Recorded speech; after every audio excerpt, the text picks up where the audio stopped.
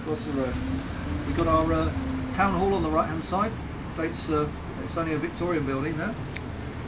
And the road we're coming up into now, the crossroads, is called Carfax.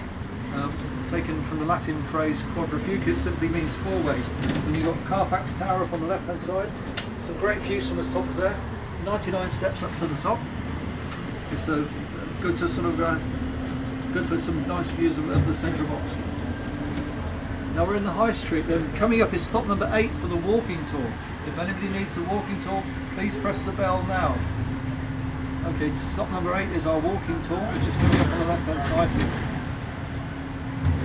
This takes you into the areas where the bus wouldn't normally drive at all. They can't get into this area. We're going past All Saints Church here, deconsecrated church. It's now the library of Lincoln College. We really do have some quirky things here in Oxford. And on the left hand side, look at the gargoyles at the top. There's one picking his nose up there. This is Brasenose College, and there are all sorts of different sort of funny faces being pulled. Brasenose dates from the early 1500s as a founding date, and it includes in those numbers of students the likes of David Cameron, former Prime Minister. This is a stop, yeah. Okay. This is a stop in the middle of the road, yeah. Okay. But the guide will meet you on this corner just here, so thank you. It's on the half hour and on the hour. This is the guided tour, so thank you. Sir Michael Palin, the intrepid explorer, was a student here. And going back to the early 1600s, the great-grandfather of George Washington was a student here. When you plug in, if you find a Union Jack, go one to the left of there, and you'll get the microphone symbol. Okay.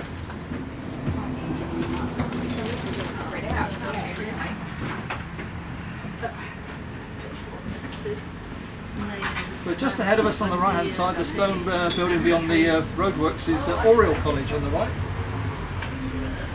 And this beautiful church here, this is our tallest spire here in Oxford. This is the University Church of St Mary the Virgin.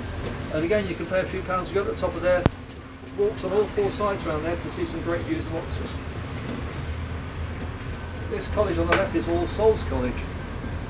And All Souls is unique because there are no students there. All Souls is the early people who sort of at All Souls are fellows, and they would research people. They would sort of govern the college and do tutorial work themselves. We're in an area of the High Street called Queen's Lane. This is where we have our oldest college on the right hand side. This is University College, or UNIV as it's known locally. Dates from the year 1249. Whereas on the left hand side here, this is the Queen's College, dates from 1341.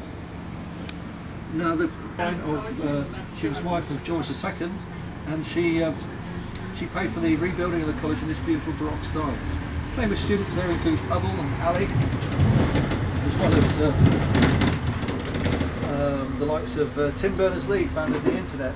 Also Mr Bean was a student there as well. This is the actor Rowan Atkinson. He did electrical engineering there. But we've got the examination schools on the right hand side here, and the exam schools is where students come to once a year to do their different exams. They have to be formally dressed in their gowns with dark clothes. So these dark clothes are known as sub-fus. These young boys passing the bus here, their black and red striped jackets here, they attend Magdalen College Boys' School, which is just over this side, other side of the river here.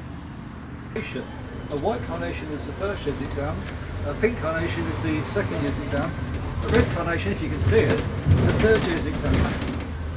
The reason I say if you can see it is they're normally doused with all different creams by that time after their exams are finished.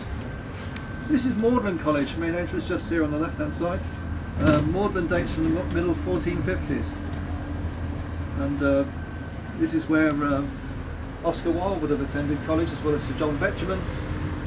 Ian Hislop would live on the Magdalen Bridge. We have to keep a lookout for these flat boats being propelled along by different people. They're called punts, and it's quite a challenge. It's quite an adventure as well.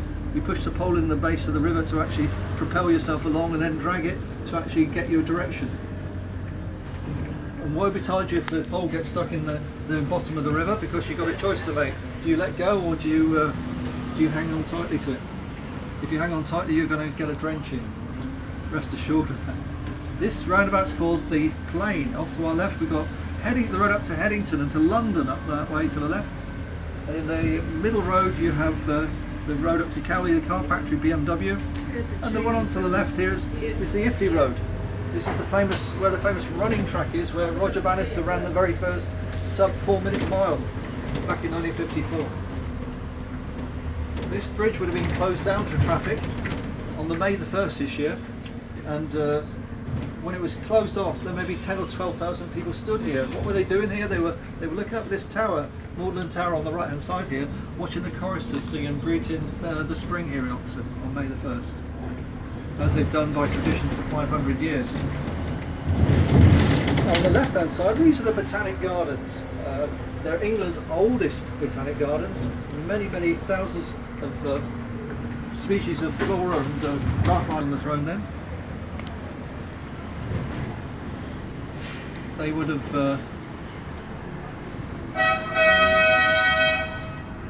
and the difference of investigating plant life and different healing properties of herbs. The Magdalen College still on our right hand side here. 100 acres of grounds. There's a deer park in there, great for a walk for a couple of hours. But on the city wall of Oxford, we're actually following alongside as it runs behind this new building. You might catch a quick sight of it. Across the top of this wall, this stone wall through the trees, about 20 metres back, is the stone wall and the corner turret there of the Oxford Wall. And that's in the grounds of New College, and it's the best kept part of Oxford Wall there is in New College. And this red brick building here with the green painted frontage, that's the original Morris garages. That's where William Morris started off his car manufacturing business, going back in the 1900s. But he really outgrew it when he started building about 56,000 cars a year up at Cowley.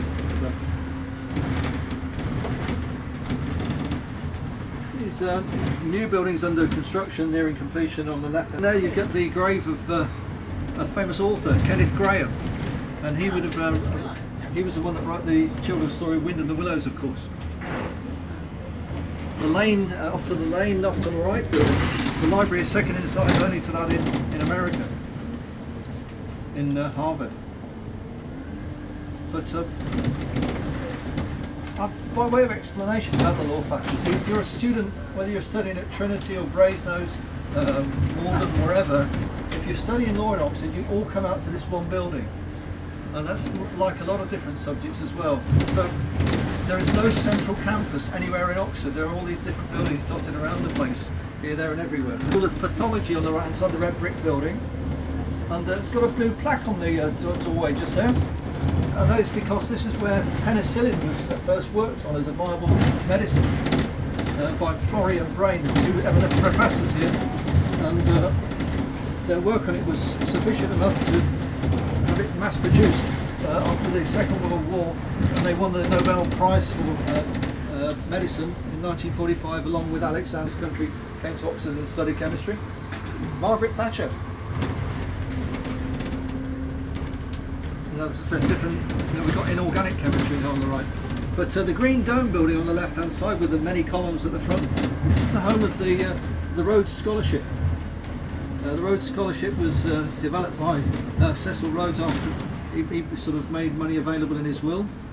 Controversial character in history, but this dates from the time of sort of.